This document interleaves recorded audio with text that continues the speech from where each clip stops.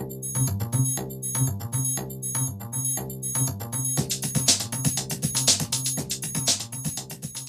first step to move in our maze is to have an intellectual understanding of our conditioning. For that you have to read. And what you read, the book you read, are just maps. I always say my book is just a map. The intellectual understanding is the beginning of the journey.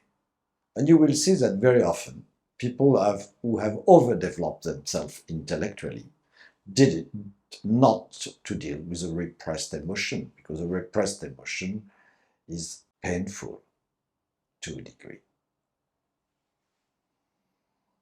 It's only silence which allows those structures to come to the fore and to be dismantled without much pain. The silence allows us to move further in our maze than the intellectual understanding, which of course is necessary to get started and may be necessary to open the final door with the right metaphysical question, which will bring your absence.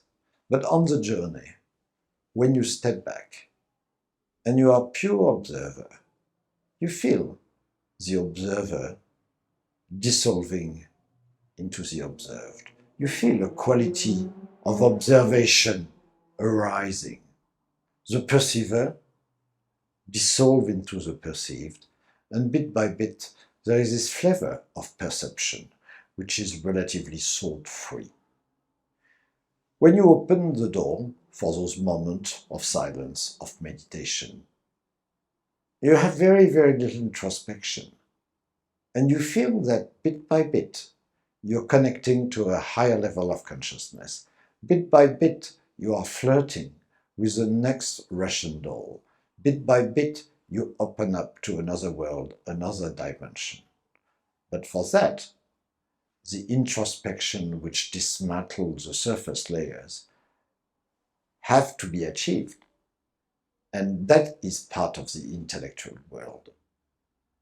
So you have an intellectual world where you really have to get it, where you ask yourself the right question, where you keep on pushing, and then you have an attitude when you're just in silence, observing, just the quality of a non-reactive observation.